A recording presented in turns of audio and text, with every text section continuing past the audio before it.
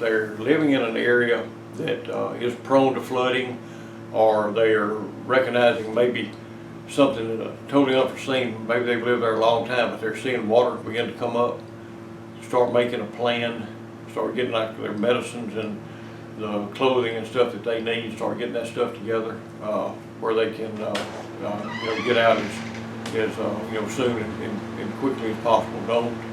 Do not wait, because waiting may be too late.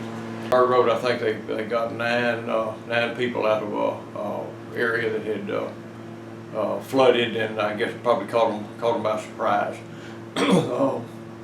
Around Livingston, there's a number of areas that are prone. We've started early this morning doing evacuation notifications on 1st and 2nd Street over in that area, across Schultz Creek, behind in that area behind Galloway Motel, and then the police department was also out 190 West and around the loop, some of those businesses that are kind of becoming in harm's way.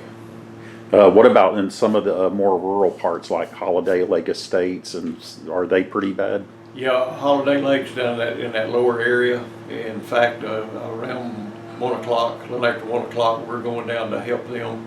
We're taking our military high wheel truck to help them get some folks out of the that lower area. Yeah. And they've already told them we were coming, and we're going to go down and just give them a little help. But the more water that's released out of the dam causes a backup. As long as they're, I think it's like 35,000 cubic feet, water can continue to run. But then what happens when they start releasing huge amounts, then they start pushing that water back, and that's what holds the water on us. And as a result, there's those lower lying areas are going to get around the Trinity River are going to get hit even harder. Like, well, of course, just starting right here, I'm sure River Lake Estates, Holiday Lake Estates, and then when you get on down to Old Snake River and those subdivisions down in Liberty County, where they're releasing tremendous amounts of water. Taylor Lake Estates. Yeah, Taylor Lake Estates probably in that lower area of Taylor Lake Estates is going to have some problems, but that's something that TRA has to do when there huge amounts of water come in. They have to send large amounts out to keep the balance. Thank you, Chief. Yes, sir.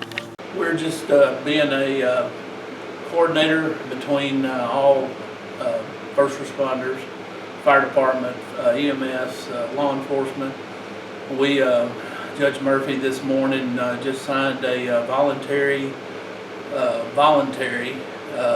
evacuation. Red Cross is in the process of setting up a shelter for the people, for the people that are affected by this evacuation. All this is in process right now. None of it is up and running at this point.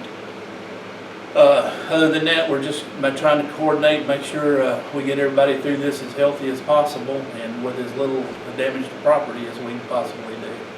Now, as the emergency management coordinator, you've probably been up here for hours, possibly all night. I guess you're going to be up here like sleeping and living here for a while, aren't you? Yeah, that's kind of how it works. But by far, I have a lot of help. A lot of people from the sheriff sent people over, the police departments.